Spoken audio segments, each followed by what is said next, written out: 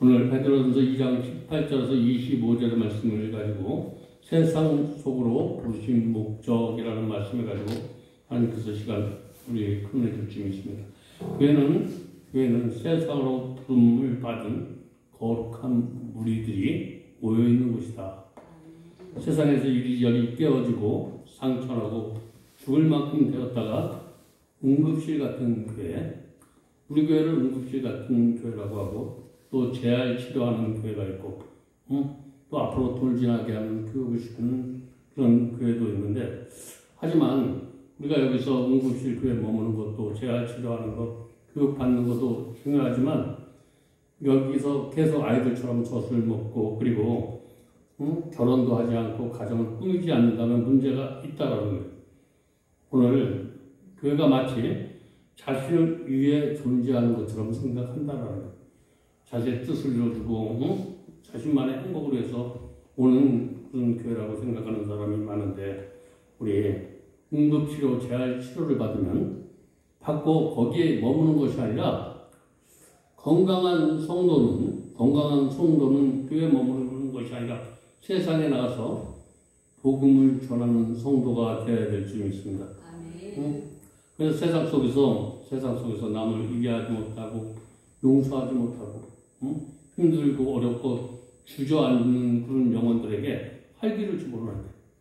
여기서 조금만 용서하고 참고 견디면 좋은 일이 생긴다는 그런 활기를 집어넣는 삶이 바로 저와 여러분의 삶이라는 거예요.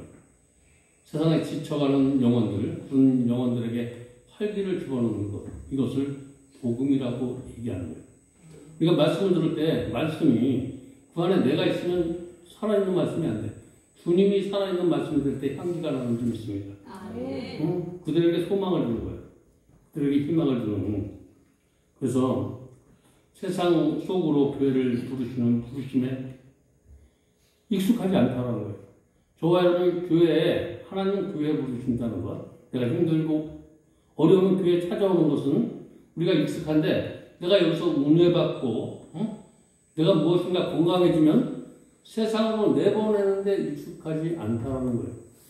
그래서 교회가 축소되고 붕이 안 되고 오늘 저와 여러분 내가 적은 은혜를 받더라도 그것을 나누어 줄 수 있는 베드로전서 오늘 2장 21절에 뭐라고 말씀하냐면 이를 위하여 너희를 부르심을 받았어요. 이를 위하여 부르심을 받은데 이가 무엇인가를 오늘 알아야 된다는 거예요.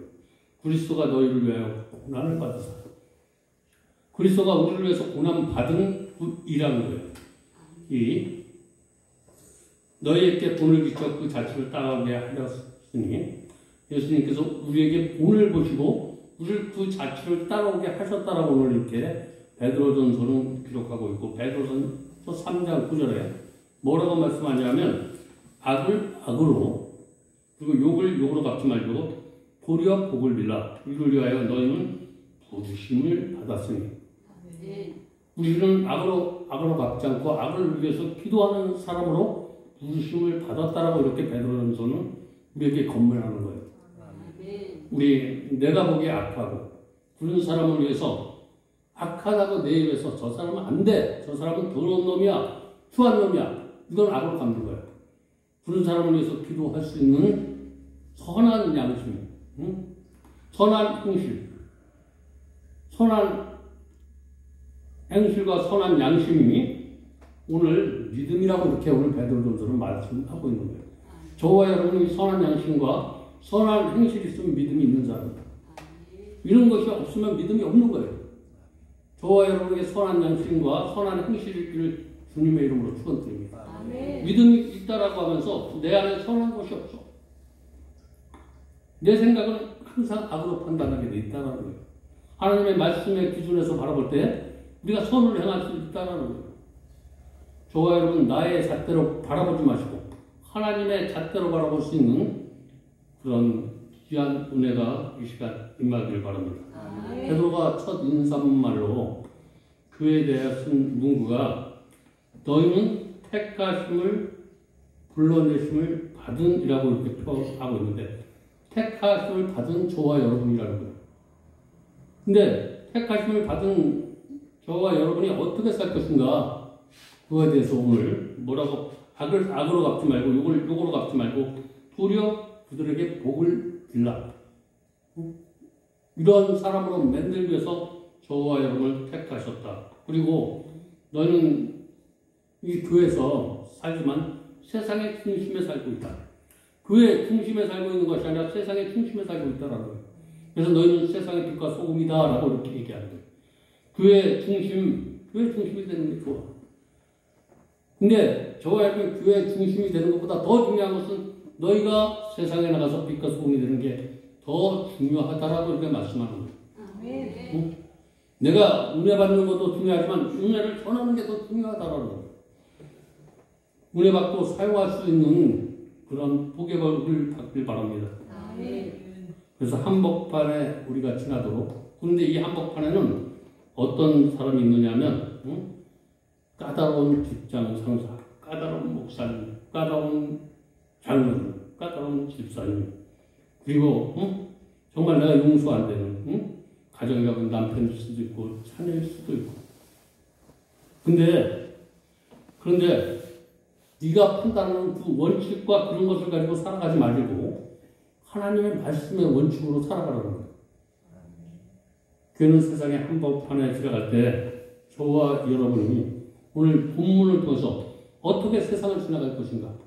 오늘 베드로전서는 내가 악하고 더러운 거, 추한 거, 힘들고 어렵고 고난 중에 내가 어떻게 하면 이 고난을 잘 헤치면서 미운 마음을 잘 이기면서 내 입술에 더럽고 추한 말이 안 나올수록 어떻게 하면 잘 저와 그것을 통로 지나갈 수 있을까? 오늘 베드로전서는 그것을 통해서 우리에게 자기가 하나님을 믿으면서 깨달은 것을 우리에게 알려주는 거예요. 어떤 성도를 위해서 열심히 신앙생활을 하다가 직장에 가면 여기서 같은 거 다 까먹어. 어떤 문제를 만나면 다 까먹어. 나와 갈등하는 사람이 있으면 다 까먹어. 베드로전서 2장 18절 20절을 보니까 사람들이 범사에 두려움으로 부인에게 순종하지 않는다라고 이렇게 했는데 저와 여러분의 두려움의 대상이 많기 때문에 오늘 저와 여러분의 말씀을 섬기지 못한다라는 거예요. 그리고 간용하는 자에게 아니라 또한 까다로운 자들에게도 그리하니 부당하게 고난을 받아도 하나님을 생각하고 슬픔을 참으며 하나님을 생각하면서 참는 것이 아름답다라고 이렇게 말씀하고 있는데 내가 부득한 이러한 대우를 받거나 부득한 오해를 받거나 이럴 때 말씀을 붙들고 참는 사람이 아름답다라고 이렇게 고백하는데 저와 여러분 말씀을 붙들고 승리할 수 있는 사람들이 아름다운 성도다 라는 말씀이 오늘 꼭 저와 여러분의 마음속에 생겨지기 바랍니다. 오늘날은 무슨 무한 경제 시대다라고 이렇게 말도 했는데 이것은 무슨 얘기냐면 살아가기가 그렇게 힘들다라는 거예요. 남을 짓밟지 않고 내가 살아가기 힘든 세상일수록 더욱더 십자가의 은혜가 필요한 줄 믿습니다. 내 생각을 붙들지 말고 은혜를 받으면 모든 것이 다 해결된다라는 거예요. 저와 여러분 오늘 내 생각으로는 이렇게 저렇게 생각하지 말고 그런 생각할 때 십자가 밑에서 십자가의 은혜를 받으면 모든 것들이 다 정리될 줄 믿습니다. 오늘 18절에 보면 사한들이라고 이렇게 얘기하는데 오이케타이라고 하는데 당시 로마에서는 한 집안에 살면서 오이쿠스 이것은 주인과 가족을 섬기는 노예 신부로 종들을 가리키는데 보통 종들 특별히 가족 아니고 저기 가서 똥이나 치고 말이나 먹이는 이런 사람들 블러스라고 이렇게 얘기하는데 그들은 정말 내 안에서 몸종으로 애들을 기르는 이런 일이 아니고 가축이나 노동을 하는 이 두 가지가 있었는데 가정 일을 돌보는 사람, 내 재산을 관리하는 종 이런 사람들을 사안이라고 이렇게 불렀는데 당시 로마 경제는 오늘 본문에 등장하는 로마 경제는 사실상 노예 경제 시대라는 거예요. 다시 말해서 노예가 없으면 경제가 살아날 수 없어. 기록에 의하면 한 인구가 로마에 120만인데 노예가 120만 중에 40만이 노예였었다라는 거예요. 그리고 이탈리아 거주하는 5, 600명의 시민 중에 200만 명이 노예였었다. 그리고 어떤 집에는 노예가 한두 명이고 또 부유한 집에는 400명. 어떤 권력을 가진 그런 집에는 2만 명 정도의 노예가 있었다라고 이렇게 기록되어 있는데 그래서 이렇게 노예가 고난을 당해 종이라는 거예요. 자기 의견이나 그래서 이때 시대는 종을 물건 취급을 하던 시대다. 물건 취급. 자유나 이런 것으로 오늘 저와 여러분이 누구를 만날 때 물건 취급을 하면서 대하는지 내가 어떤 말씀에 거듭나서 거듭난 양심을 갖다 보니까 여기서 은혜가 들어가죠. 거듭난 양심은 되었는데 여기에 은혜가 안 되니까 다스리는 사람의 단점만 보고 저런 은혜 받을 때 잘 받지만 그래서 우리가 회개하면서 은혜를 받아야 된다는 거예요. 회개하지 않고 은혜를 받으면 사람의 단점만 보고 다른 사람의 단점을 해서 기도하지 못하는 사람은 내가 회개하지 못하고 하나님 은혜를 받았기 때문에 그렇다는 거예요. 은혜는 줘.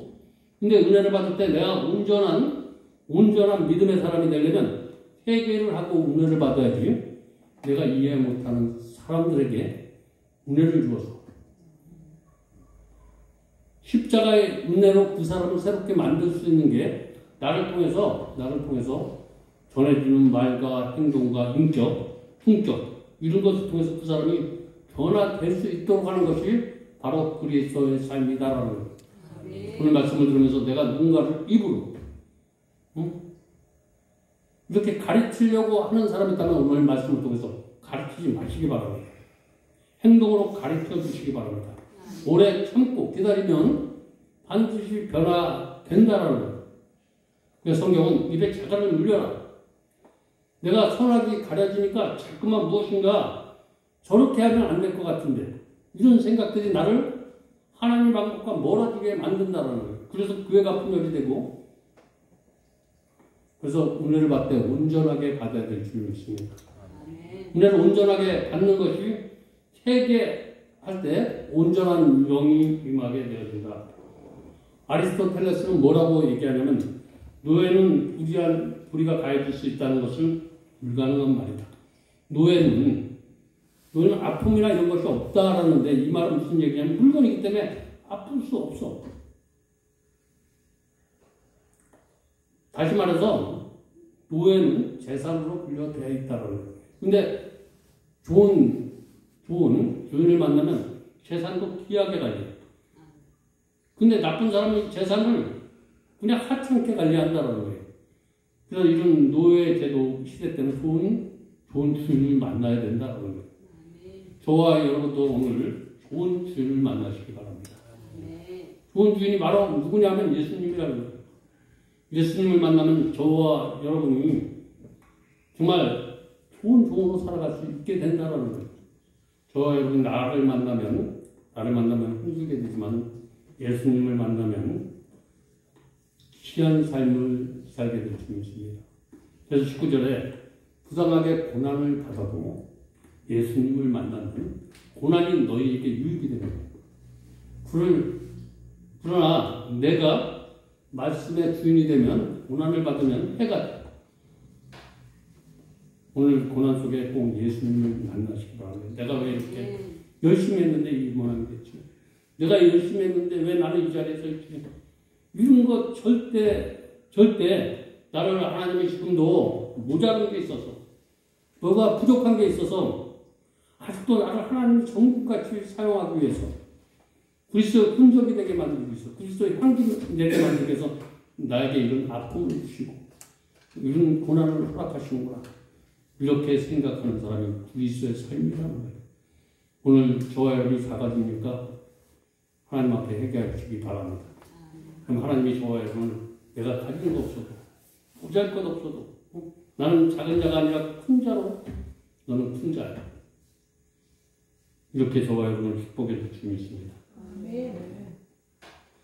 우리 노예제도 때는 자기가 왔을 때 7년이 되면 성경에 있는 말이에요. 7년이 레위기서에 보면 7년째 되는 그리고 해년이 되는 50년 차에 자동적으로 노예 상태가 해방되도록 이렇게 성경에 기록되어 있는데 출애굽기 21장 2장 6절 내가 히브리의 종을 사면 그 6해 동안 섬길 것이요 7째 해는 몸값을 묻지 않고 나가 자유인이 되게 할 것이며 그가 단신으로 왔으면 단신으로 나갈 것이며 장가를 들었으면 그 아내도 그와 함께 나가려니와 이렇게 기록되어 있는데 만일 성전에서 그의 아내를 주었다면 그의 아내와 아들은 딸을 낳았으면 그의 아내와 그 자식은 성전에 속한 것이다. 이렇게 말씀하고 있는데 종신토록 주인을 섬겨야 된다는 거예요. 한계가 있는 성김이 있고 종신토록 섬길 수 있는 저와 여러분 종신토록 섬길 수 있는 그런 종부짐을 믿으시기 바랍니다. 한순간 내가 기분이 좋고 내가 어느 정도 있다가 신앙생활을 떠나는 것이 아니라 저와 여러분 종신토록 말씀의 길을 저와 여러분에게 뿜었다는 거예요. 종신토록 이렇게 종들로 삼아가는 사람들 그런 사람에게는 길을 뚫어서 고리를 쥐었다. 여러분의 심령 속에 말씀의 길을 뚫어 주셨다는 거예요. 그래서 이리저리로 성령을 통해서 우리를 이끌어 가시는 거예요.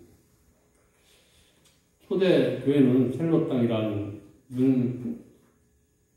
당을 통해서 압박하고 핍박을 하고 그래도 그것을 고난이라 여기지 않냐고 하나님의 축복을 기다리면서 승리했던 그런 신앙이 오늘 저와 여러분의 신앙이 되어야 될 수 있습니다. 그래서 고린도전서 7장 20절에 보니까 각 사람 우리 저와 여러분 이렇게 다 있지만 각 사람대로 부름 그대로 지내라고 하는 거예요.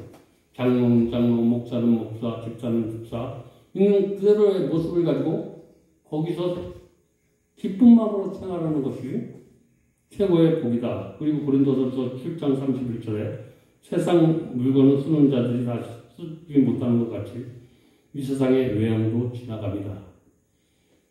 저와 여러분이 정말 우리가 사용할 것이 너무나 많은데 우리가 부족해서, 지혜가 부족해서 누릴 수 있는 것을 많이 누리지 못해.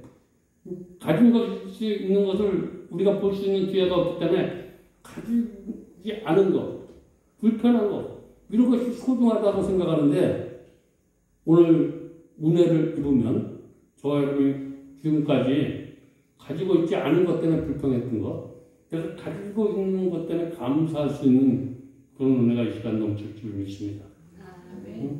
오늘 18절에 흥미로운 문맥이 잘 드러나 있는데 무슨 문맥이냐면 종들에게 권면하는 내용이 나오는데 16절, 17절 베드로이 이들을 두고 하나님의 종은 종인데 저와 여러분은 하나님의 종이 되어야 될 줄 믿습니다. 하나님의 종. 우리는 정체성은 하나님의 종이야. 종은 종인데 누구의 종? 말씀의 종이라고 해요. 말씀에 우리는 붙들마 되어야 되는 거예요. 말씀의 종이 되시길 바랍니다. 그러므로 18절 종들이라고 할 때 이들은 복음 안에 있는 그의 믿음 안에서 있는 사람들을 이야기하는데 믿음 안에서 자유로운 신분을 얘기합니다. 교회는 믿음이 없으면 자유가 없어. 믿음으로 자유함을 누리는 그런 사람들이 교회의 종들이라는 거예요. 그리스도의 종들이 되시기 바랍니다. 믿음으로 내가 자유를 얻어야지 가진 것, 없는 것, 누가 나를 자유롭게 해주는 것이 아니라 믿음으로 내가 자유를 택해야 된다는 거예요. 믿음이 너희를 자유케 해주신다는 거예요. 주인이 해계도 노예제도가 없어져도 노마가 망해도 세상은 악은 그대로라는 거예요. 우리가 악으로 갚지 말고 악으로 갚는 건 인지상정이지만 그렇게 하지 말라는 거예요. 십자가의 은혜가 나타나는 악은 저절로 소멸된다는 거예요. 저와 여러분을 이기려고 하는 것은 저와 여러분의 삶 속에서 언어 속에서 십자가의 은혜만 나타나면 악은 저절로 승리하게 된다라고 그것이 십자가의 길이라는 거예요. 십자가로 튼튼히 붙잡고 악을 이길 수 있는 그런 귀한 성도님들 되시기 바랍니다. 그래서 본문은 그것을 은혜라고 얘기하는데 그래서 은혜는 하나님 앞에서 인정받는 덕이 은혜다라는 거예요. 여러분의 신앙이 하나님 앞에 인정받는 그런 신앙이 그런 덕이 은혜 받은 사람이에요. 오늘 하나님 앞에 인정받는 그런 덕이 저와 여러분에게 있길 바랍니다. 그것이 나타날 때 은혜 받았다라고 얘기하는 거예요. 덕이 나타날 때 은혜는 내가 은혜 받았다라고 하는 것이 아니라 저와 여러분의 삶이 하나님이 나타날 때 그것을 덕이라고 부르는데 저와 여러분 통해서 하나님의 덕이 나타날 수 있는 그런 사람이 은혜 받았다. 이 세상에서 정의를 요구하는 성도들, 우리가 무엇을 이렇게 가리고 온전한 것을 가르라고 이런 사명을 주지 않고 교회는 이 세상을 지나가면서 썩지 않고 더럽지 않는 나라의 실체를 드러내요. 내가 아무리 나를 힘들게 만들고 나에게 더러운 목소리 나오고 이런 마음을 갖게 하는 그 무리 속에서 내가 썩지 않는 것이 바로 천국을 향해 가는 백성들의 모습이에요. 누구 때문에 내가 썩으면 안 된다는 거예요. 누구 때문에 내 마음이 괴롭다 라고 얘기하면 안 된다는 거예요. 나는 열심히 사는데 저 사람 때문에 이런 사고방식을 다 버리시기 바랍니다. 그 사람을 보고 내가 썩지 않아야 된다는 거예요. 누구 때문에 내가 괴롭다 그러면 그것은 신앙생활이 잘못되었다라는 거예요. 그 속에서 내가 기쁨을 주지 못하는 사람한테 기쁨을 주지 않는 것, 소망을 뺏어가는 속에서 소망을 잊지 않는 것, 그것이 세상을 지나가는 성도의 삶이다 라고 이렇게 베드로는 말씀하고 있는데 바로 주께서 그의 우리 자신에게 지울 수 없는 강력한 증거는 바로 십자가의 길이라는 것. 교회에서는 무엇도 자랑할 것이 없고 십자가만 자랑할 수 있는 그런 것이 귀한 성도다. 십자가만 자랑할 수 있는 그런 아름다운 성도님들 되시기 바랍니다. 그러면 믿음은 과연 무엇일까? 믿음은 어디에서부터 믿음이 생기느냐? 믿음은 어디에서 생길까? 믿음의 원천은 회복된 양심에서 생겨진다는 거예요. 말씀을 듣다가 저와 여러분의 양심이 회복이 돼. 회복된 양심을 우리는 믿음이다 라고 이렇게 표현하는 거예요. 오늘 양심이 회복되기를 주님의 이름으로 축복드립니다. 회복되어야 된다는 거예요. 우선적으로 베드로는 이 장면에 하나님을 소개하고 있어. 하나님을 소개하고 있는데 이미 말했듯이 이들은 사회적으로 집안에서 종들이기 전에 하나님의 종들임을 저와 여러분 종들인데 나는 하나님의 종들이다. 이러한 저와 여러분 선이 있어야 된다는 거예요. 그리고 하나님 안에서 자유를 누리는 종들이 되어야 된다는 거예요. 물질에 자유, 사람들로 도는 자유 이런 것이 아니라 말씀으로 도는 자유를 사모하며 살아가는 것이 믿음의 사람이다. 우리 바로 세상서의 교회가 세상과 소통하는 데 있어서 나는 교회야. 내가 세상 사람들과 소통하는 데 있어서 결정적인 역할을 하는 사람이 저와 여러분이라는 거예요. 그냥 나는 무관심하는 사람이 아니고 나는 존귀한 자다. 이 존귀한 자라는 것은 말씀을 듣고 세상 사람과 교제할 때 내가 존귀한 사람이 되는 거예요. 말씀을 머리에다만 새기지 마시고 사람들과 교제하는 데 많이 사용할 수 있는 그런 복된 성도 되시기 바랍니다. 사용하지 않고 머리에만 두니까 남의 단점만 보이고 판단만 하고 남 괴롭히고 나에게 들려진 말씀이 나도 괴롭고 남도 괴롭게 하는 말씀이 아니라 나도 기쁘고 상대도 기쁘게 하는 말씀이 되어야 된다는 거예요. 이것을 거듭난 양심이라는 거예요. 나도 기쁘고 상대도 기쁘고 나도 괴롭고 상대도 괴롭고 거듭나지 못한 거듭난 양심은 내가 일단 즐거워 얘기할 때 그러면 그 얘기를 듣는 사람이 즐거워야 돼요. 이것은 그냥 되는 것이 아니라 거듭난 양심이 하는 일이라는 거예요. 거듭난 양심은 누가 주거냐 하면 하나님이 주실 거예요. 그것도 거듭난 양심을 단지 믿음이라고 믿음은 어디에서 선한 행실과 선한 양심이라고 오늘 베드로는 표현하고 있는 거예요.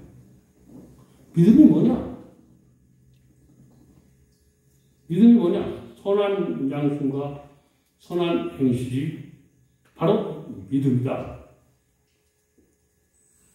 베드로에 의하면 그리스도인으로 세상을 산다는 것은 선한 양심과 거듭난 성령과 회복된 양심으로 산다는 것을 뜻하는데 이것이 믿음으로 사는 것이다.